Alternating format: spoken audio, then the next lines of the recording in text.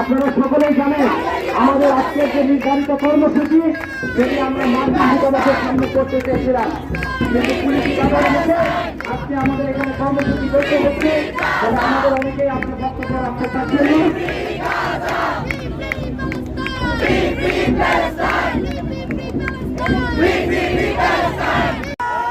America, চিঠি America, চিঠি America, ভুলবো না আপনার অত্যাচারের কথা, ভুলবো না। চিঠি আমেরিকা, চিঠি আমেরিকা,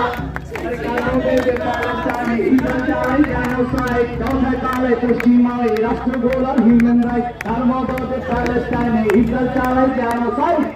চালাই পশ্চিমায় রাষ্ট্রগুলোর হিউম্যান রাইট, প্যালেস্টাইনে তারা যখন মাতম তোলে দুনিয়ায়, ইসরায়েলের আগ্রাসনে আমেরিকা ফিল বাজায়, হাজার শিশু রাষ্ট্ররাজে কাঁপে জমি আসমান। সেই সরকার জায়নবাদ এবং মার্কিন সাম্রাজ্যবাদ, অন্যদিকে সারা দুনিয়ার নিপীড়িত নিষ্পেষিত মানুষ, একদিকে পুঁজিবাদের এই শোষণ নির্যাতন, আর একদিকে শোষিত নির্যাতিত মানুষ এবং ফিলিস্তিনের জনগণের যে সংগ্রাম, সেটা এক কাতারে এসে দাঁড়িয়েছে।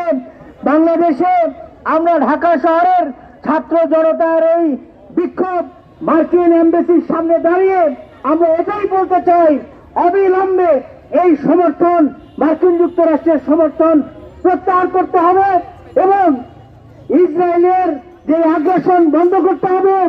গাজা রাফাতে নতুন করে যে আগ্রাসন শুরু হয়েছে সেটা বন্ধ করতে হবে এবং স্বাধীন ফিলিস্তিন রাষ্ট্র তাদের যে অধিকার সেটা নিশ্চিত করতে হবে।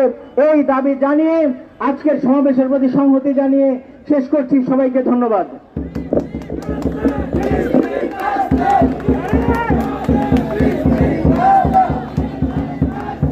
সংগ্রামী বন্ধুগণ, আমাদের আজকের এই দূতাবাস অভিমুখে যে কর্মসূচি, সেই কর্মসূচিতে এখন বক্তব্য রাখার জন্য অনুরোধ জানাচ্ছি অধ্যাপক হারুনুর রশিদকে। আমি এখন এখানে আজকে ফিলিস্তিনের পক্ষে, ফিলিস্তিনের গণমানুষের পক্ষে তারা আজকে এখানে